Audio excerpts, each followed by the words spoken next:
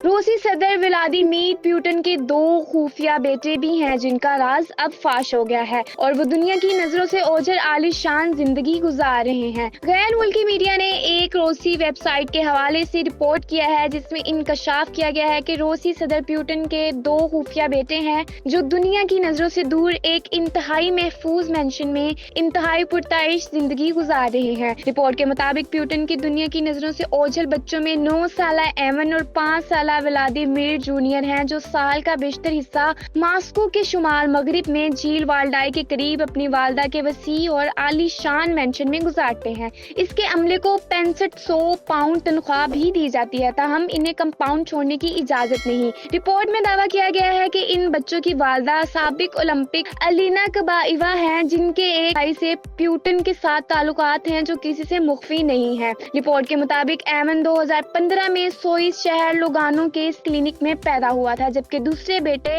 Vladimir junior کی ولادت 2019 میں ماسکو میں ہوئی تھی۔ رپورٹ میں کہا گیا کہ ان کی تاریخ پیدائش صرف ان کے قریبی رشتہ داروں کو ہی معلوم ہے۔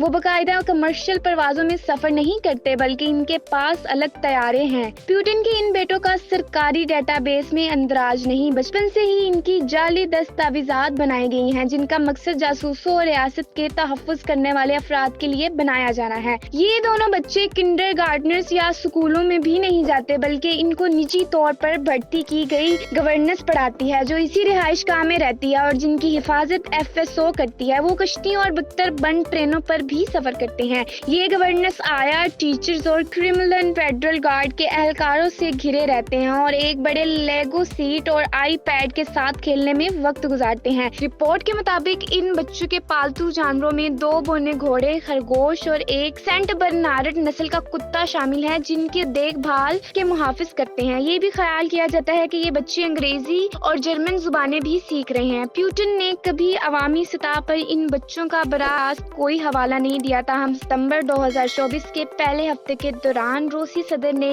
سائبیریا میں ایک اسکول کے بچوں کو بتایا کہ میرے خاندان کے افراد اور چھوٹے بچے چینی زبان بھی بولتے ہیں۔